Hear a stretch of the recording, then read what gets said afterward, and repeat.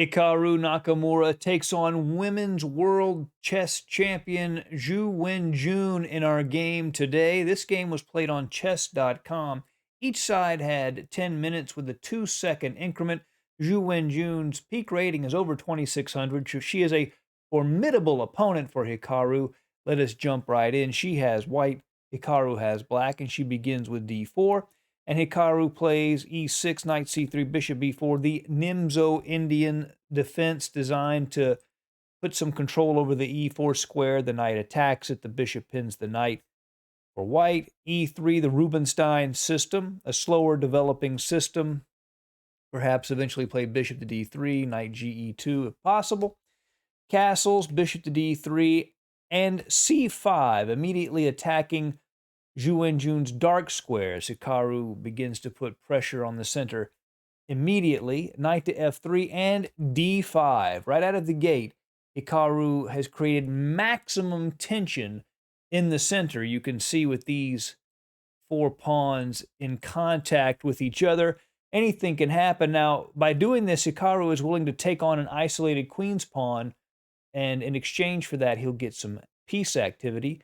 Pawn takes pawn, and then dc5, and we can see Hikaru now does have the isolated pawn on d5. Knight b to d7, threatening to grab that pawn at c5 and hit the bishop on e2. White definitely would not want to trade that bishop for the knight if at all possible. Bishop d2, knight c5, and she moves the bishop to e2 to preserve it. Doesn't want to give Hikaru the two-bishop advantage so easily. And then he plays knight to e6. So for the side that has the isolated queen's pawn, the first goal is to advance it. If you can advance it, you usually want to do that. It's only if your opponent can blockade that square that you move to some of the other strategies. So knight to e6 sets up the threat of playing d5, d4 immediately. a3 hits the bishop, and then bishop to c5. Now the bishop, knight, and queen all support the pawn's push to the d4 square. So Ju Wenjun plays the knight to b5 to help control that d4 square. And Hikaru plays a6, knight b to d4, and here he decides to create a symmetry in the pawn structure. He goes ahead and captures twice on d4, and now both sides have isolated d-pawns. White has the two-bishop advantage, but black has a bit of a lead in development. He's already castled, for example, and it is his move. So Hikaru plays queen to b6, attacks the b2 pawn and the d4 pawn. White could play bishop c3, defending both, but Ju Wenjun plays more aggressively. Bishop to b4, which puts pressure, attacks the rook on f8. The rook goes to e8, opposite the king, then castling. Bishop to d7, rook to e1, and here Hikaru plays knight to e4. Now this is a very well-placed knight on the e4 square. You don't want to stay there for long if you can help it.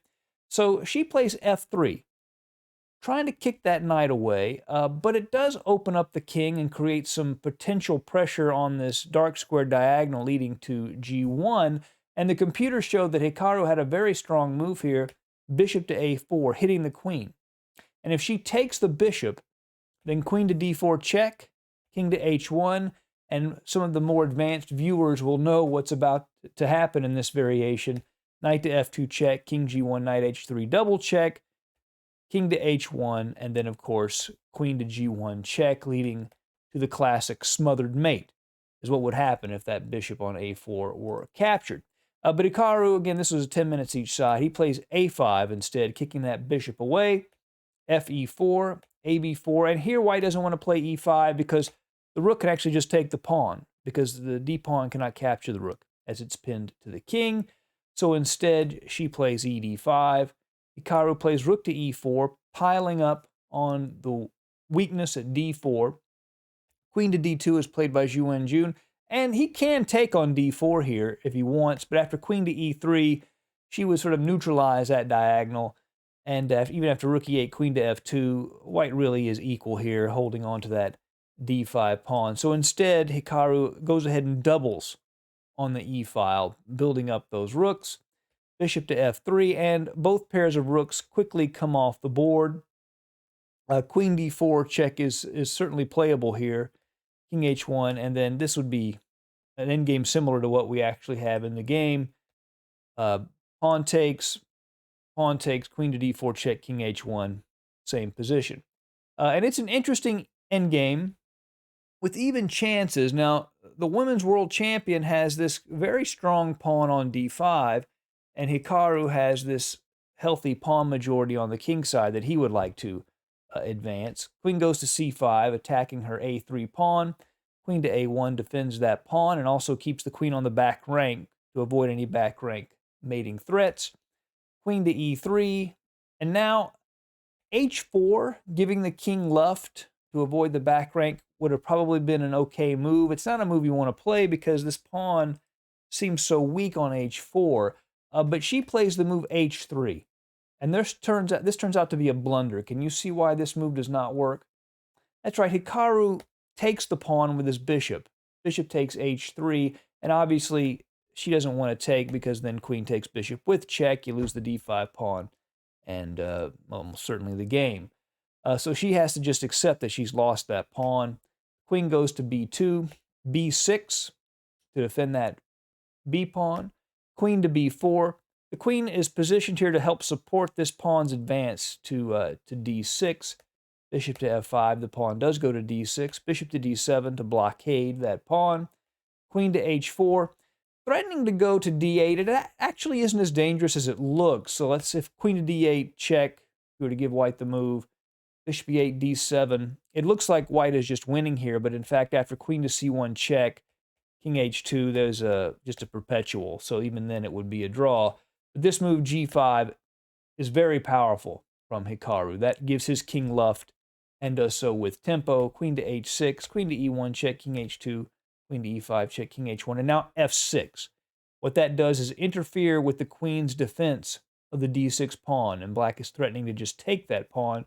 She plays queen to h2, and Nakamura could trade queens here if he wants, but he instead plays queen to e1 check. The idea is when the queens come off, as they do, the king is a little further back on g1 than it would be on h2, but that's pretty minor issue.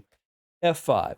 Hikaru begins to advance his kingside pawn majority. King f2, king to f7, coming to e6 to munch that d6 pawn. King e3, king e6, king d4, and munch he does. So he's up 2 pawns in this endgame. Bishops of the same color, which makes black's process a little bit easier.